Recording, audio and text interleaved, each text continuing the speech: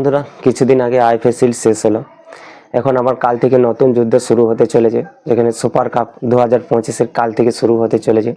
যেখানে সুপার কাপের ওপেনিং ডেতে আমাদের কলকাতার দুই প্রধান ক্লাব, দুই দিগ্গজ ক্লাব মোহনবাগান এবং ইস্ট বেঙ্গল, তাদেরকে আমরা দুটো আলাদা আলাদা টিমের বিরুদ্ধে দেখতে পাবো। যেখানে ইস্ট বেঙ্গল তাদের সুপার কাপের প্রথম দিনের প্রথম ম্যাচ খেলবে ডেম্পো এফসির বিরুদ্ধে 4:30 থেকে। অন্যদিকে মোহনবাগান তারা প্রথম দিনের দ্বিতীয় ম্যাচ খেলবে চেন্নাই এফসির বিরুদ্ধে 7:30 থেকে।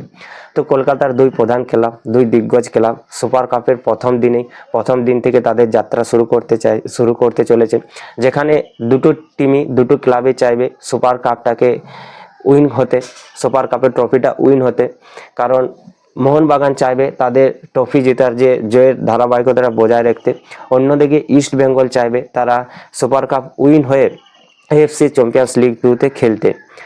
তো দুটো টিমের উপরই প্রেসার আছে দর্শকদের, যেখানে ইস্ট বেঙ্গল সমর্থকরা চাইছে সুপার কাপের ফাইনালে উঠতে এবং তারা চাইছে যে সুপার কাপের ট্রফিটা উইন হোক এবং সুপার কাপের ট্রফিটা উইন হয়ে যে তাদের অনেক দিন থেকে যে তাদের ট্রফি ঘরে আসেনি, তো সেখানে তাদের ট্রফি ঘরে আসুক এবং এএফসি চ্যাম্পিয়ন্স লিগ 2-তে তারা খেলুক, এএফসির মতো টুর্নামেন্টে তারা খেলুক। এখানে ইস্ট বেঙ্গল সমর্থকরা চাইছে যদি অস্কার বুর্জন যদি এইটা না করতে পারে, সুপার কাপ যদি না উঠতে পারে, তাহলে ইস্ট বেঙ্গল সমর্থকরা হয়তো গো ব্যাক অস্কার এই তারা নারাটা তুলতে পারে। আর অন্যদিকে তো মোহনবাগানের সমর্থকরা তো চাপে রেখেইছে, কারণ এএফসি চ্যাম্পিয়ন্স লিগ 2-তে খেলতে যায়নি। তো সেই দিক থেকে মোহনবাগানের যে সমর্থকরা আছে, মোহনবাগানের ম্যানেজমেন্টকে বলো, মোহনবাগানের ম্যানেজারকে বলো, চাপে রেখেছে। তো সেই দিকে হোসে মলিনারও একটা মাথার উপর বাড়তি চাপ আছে, যেখানে আইএফএ শিল্ড উইন হলেও কিন্তু সেই খুশিটা এখনো পর্যন্ত মোহনবাগান সমর্থকদেরকে দিতে পারেনি, কারণ তারা এএফসি চ্যাম্পিয়ন্স লিগ 2-তে খেলতে যায়নি। কারণ এএফসির টুর্নামেন্ট এবং আইএফএ শিল্ড দুটো টুর্নামেন্টের অনেক বড় পার্থক্য রয়েছে, অনেক বড় তফাৎ আছে। তো সেক্ষেত্রে দুটো টিমের উপরে প্রেসার আছে এবং দুটো টিমই চাইবে সুপার কাপ উইন হতে। কথা বলবো যে সুপার কাপে ইস্ট বেঙ্গল এবং মোহনবাগানের প্লেইং 11 এবং ফরমেশন কি হতে পারে। চলো তাহলে এখন দেখে নিই যে কিরকম কি অবস্থায় আছে এই দুটো টিম। প্রথমে যদি ইস্ট বেঙ্গলের দিকে দেখি, তো তারা আইএফএ শিল্ডের ফাইনালে উঠে পর তারা শেষমেশ তারা ট্রফিটা হাতছাড়া হয়েছে এবং এই পরাজয়টা ইস্ট বেঙ্গলকে আরও ক্ষুধার্ত করে তুলেছে। যেখানে অস্কার বর্জনের নেতৃত্বে ইস্ট বেঙ্গল ভালো পারফরমেন্স করছে, ইস্ট বেঙ্গলের প্লেয়াররা ভালো পারফরমেন্স করছে। তো সেখান থেকে ইস্ট বেঙ্গলের মহেশ নাওরেম বলো, মিগুয়েল ফেরেরা বলো এবং জয় গুপ্তা বলো, সবাই চাইবে ইস্ট বেঙ্গলে তাদের বেস্ট দিতে এবং সুপার কাপ উইন হতে। কারণ সুপার কাপ যদি উইন হয়, তারা এএফসি চ্যাম্পিয়ন্স লিগ 2-তে কোয়ালিফাই করবে, এএফসি চ্যাম্পিয়ন্স লিগ 2-তে খেলার একটা চান্স থাকবে। তো সেখানে ইস্ট বেঙ্গল সমর্থকদের এবং তারা এএফসির মতো টুর্নামেন্টে খেলতে চাইবে। অন্যদিকে মোহনবাগান তারা আবার অন্য মুডে আছে, তারা আইপিএল চ্যাম্পিয়ন হয়ে তারা পুরো আত্মবিশ্বাসে টকবক করছে, যেখানে তারা চাইবে আরও একটা ট্রফি উইন হতে এবং তাদের যে ট্রফি জেতার ধারাবাহিকতা, এই ধারাবাহিকতা বজায় রাখতে চাইবে। যেখানে হোসে মলিনা টিমটাকে ব্যালেন্সের মধ্যে রেখেছে, যেখানে বিশাল কাইদ বলো, সুভাশিস বোস বলো, জেমি ম্যাকলারেন বলো, দিমি বলো, তারা সবাই চাইবে সুপার কাপে তাদের বেস্ট দিতে, তাদের 100% দিতে এবং তারা ট্রফি উইন হয়ে তাদের যে ট্রফি জেতার ধারাবাহিকতাটা বজায় রাখতে চাইবে। তো চাইবে যথেষ্ট সুপার কাপ একটা ভালো টুর্নামেন্ট, আর সুপার কাপ যে উইন হবে তারা এএফসি চ্যাম্পিয়ন্স লিগ 2 এর যে কোয়ালিফায়ার ম্যাচগুলো আছে, সেই কোয়ালিফায়ার ম্যাচগুলো খেলতে পাবে এবং সেগুলো যদি উইন হয় তাহলে তারা এএফসি চ্যাম্পিয়ন্স লিগ 2-তে তারা কোয়ালিফাই করে যাবে। তো মোহনবাগানের তো বলতে পারছি না, তারা একাধিক বছর ব্যান হতে পারে মোহনবাগান, কিন্তু ইস্ট বেঙ্গল যদি ট্রফিটা উইন হয় তাহলে তারা এএফসি চ্যাম্পিয়ন্স লিগ 2 এর একটা খেলার বাড়তি সুযোগ থাকবে।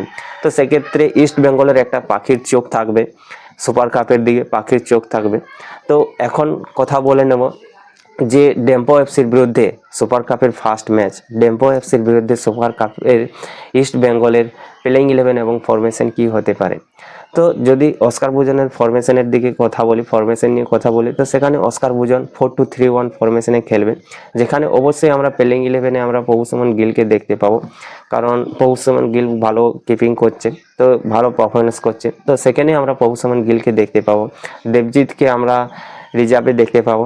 দেবজিৎ স্টার্ট করবে না, কারণ লাস্ট যে শিল্ডের ফাইনালে, সেই শিল্ডের ফাইনালে একটা বিতর্ক তৈরি হয়েছে, যেখানে আমরা দেখেছি সন্দীপ স্যারকে গোলকিপারের কোচ থেকে পদত্যাগ করতে। তো সেক্ষেত্রে একটা ভুল বোঝাবুঝির ব্যাপার হয়েছে। তো সেক্ষেত্রে আমরা প্রভুসমন গিলকে আমরা প্লেইং 11-এ দেখতে পাবো, এবং যথেষ্ট ভালো কিপার, তো তাকেই আমরা প্লেইং 11-এ দেখতে পাবো। এবং যে চারজনকে আমরা ডিফেন্ডে দেখতে পাবো, সেখানে কেভিন আনোয়ারকে আমরা এই দুজন প্লেয়ারকে সেন্টার ব্যাকে দেখতে পাবো, এবং লেফট ব্যাকে আমরা দেখতে পাবো জয় গুপ্তাকে, এবং রাইট ব্যাকে আমরা দেখতে পাবো মোহাম্মদ রাফিককে, এবং যে দুজনকে আমরা ডিফেন্সিভ মিডে দেখতে পাবো, সেখানে আমরা রাশিদকে এবং সাউল ক্যাপসোকে ডিফেন্সিভ মিডে দেখতে পাবো, এবং যে তিনজনকে আমরা অ্যাটাকিং মিডে দেখতে পাবো, সেখানে আমরা পিভি বিষ্ণুকে লেফট উইংয়ে খেলতে দেখতে পাবো, মিগুয়েলকে হয়তো আমরা মিডে দেখতে পারি, এবং রাইটে আমরা মহেশ সিং নারায়ণ বা বিপিন সিং, এই দুজনের মধ্যে যে কোনো একজনকে আমরা স্টার্ট করতে দেখতে পারি। এবং এই যে স্ট্রাইকার হিসাবে আমরা দেখতে পাই এডমুন্ডকে বা ডেভিডকে, এই দুজনের মধ্যে যে কোনো আমরা একজনকে স্ট্রাইকার হিসাবে দেখতে পারি। আশা করছি আমি এডমুন্ডকে দেখতে পাবো স্ট্রাইকার হিসাবে। তো অস্কার বুজন যথেষ্ট এই প্লেইং 11 এবং স্ট্রং প্লেইং 11 না হবে, কারণ আমার মতে এটাই ইস্ট বেঙ্গলের স্ট্রং প্লেইং 11, এবং এই ফরমেশনটাই ভালো একটা অ্যাটাকিং ফরমেশন, এবং অস্কার বুজনের একটা পছন্দের ফরমেশন। তো তোমরা তোমাদের মতামত তোমরা কমেন্টে জানাতে পারো ইস্ট বেঙ্গল ফ্যান্স, যে তোমরা কাকে প্লেইং 11-এ দেখতে চাও, তোমরা আমার এই প্লেইং 11-এর মধ্যে তোমরা কাকে প্লেইং 11-এ দেখতে চাও, তো অবশ্যই তোমরা কমেন্টে তোমাদের মতামত জানাও। এইবার কথা বলবো মোহনবাগানের ফরমেশন এবং প্লেইং 11 নিয়ে। তো মোহনবাগানের যদি হোসে মলিনার ফরমেশনের কথা বলি, সেখানে হোসে মলিনা হয়তো 4-3-3 ফরমেশনে খেলাতে পারে, যেখানে ডিফেন্স এবং অ্যাটাকিং দুটোকেই ব্ল্যান্ডস রেখে খেলাতে পারে হোসে মলিনা। তো সেক্ষেত্রে আমরা 4-3-3 ফরমেশনে আমরা খেলতে দেখতে পারি মোহনবাগানকে, যেখানে স্টার্ট করবে বিশাল কাইত, গোলকিপারে বিশাল কাইত স্টার্ট করবে।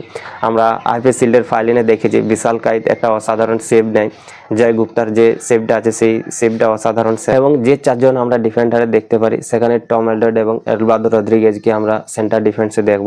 আমরা লেফট ডিফেন্সে দেখব সুভাশিসকে, এবং রাইট ডিফেন্সে আমরা মেহতাবকে দেখব। কিন্তু আমি রেকমেন্ড করব যদি মেহতাবকে বাদ দিয়ে যদি টেকচাম অভিষেক সিংকে রাইটে খেলানো হয় তাহলে বেটার হয়, কিন্তু জানি না হোসে মলিনা কাকে খেলাবে রাইটে, আশা করছি মেহতাবকেই খেলাবে। তো এই চারজন ডিফেন্ডারকে আমরা দেখতে পাবো, এবং যে তিনজনকে আমরা মিডে দেখতে পাবো, সেখানে থাপাকে, আপুয়াকে এবং দীপক টাংরিকে আমরা এই তিনজনকে মিডে দেখতে পারি, এবং যে তিনজনকে আমরা অ্যাটাকিংয়ে দেখতে পারি, সেখানে আমরা অবশ্যই লেফট উইংয়ে দেখবো রবসনকে, এবং রাইট উইংয়ে দেখবো মনবীরকে, এবং একজন সেন্টার ফরওয়ার্ডে দেখবো আমরা জেমি ম্যাকলানকে। তো মোহনবাগান এই প্লেইং 11 এবং এই ফরমেশন নিয়ে স্টার্ট করতে পারে, আমার মতে এই প্লেইং এবং ফরমেশনে খেলতে পারে। তো মোহনবাগান ফ্যান্স তোমরা কমেন্টে জানাও যে প্লেইং 11টা কীরকম লাগলো, ফরমেশনটা কীরকম লাগলো। তোমাদের যদি মনে হয় যে এই প্লেইং 11-এর থেকে অন্য কাউকে একে বাদ দিয়ে অন্য কাউকে যদি প্লেইং 11-এ রাখা হয়, তাহলে প্লেইং 11টা বেস্ট হবে। তো তোমরা অবশ্যই তোমরা কমেন্টে তোমাদের মতামত জানাও। আর এই সুপার কাপ ম্যাচটাও যথেষ্ট গুরুত্বপূর্ণ ম্যাচ হতে চলেছে দুটো টিমের কাছে। তো অবশ্যই তোমরা কমেন্টে জানাও যে সুপার কাপ কে উইন হবে, মোহনবাগান না ইস্ট বেঙ্গল। তো তোমরা কমেন্টে জানাও। আর ভিডিও ভালো লাগে লাইক করো, বন্ধুদের সাথে শেয়ার করো, সাবস্ক্রাইব করতে কেউ ভুলো না, কারণ এখানে তোমরা Indian football related video update পেতে থাকবে। তো প্লিজ সবাই চ্যানেলটি সাবস্ক্রাইব করে নাও, আর পাশে থাকা বেল আইকনটি প্রেস করে নোটিফিকেশন অল করে রাখো, কারণ যখনই আমি ভিডিও আপলোড করবো সবার আগে তোমাদের কাছে পৌঁছে যাবে। তো আজকের মতো এই আলোচনা করার ছিলাম। তো দেখা হচ্ছে পরের ভিডিওতে, ততক্ষণ পর্যন্ত সবাই সুস্থ থাকো, ভালো থাকো, জয় হিন্দ।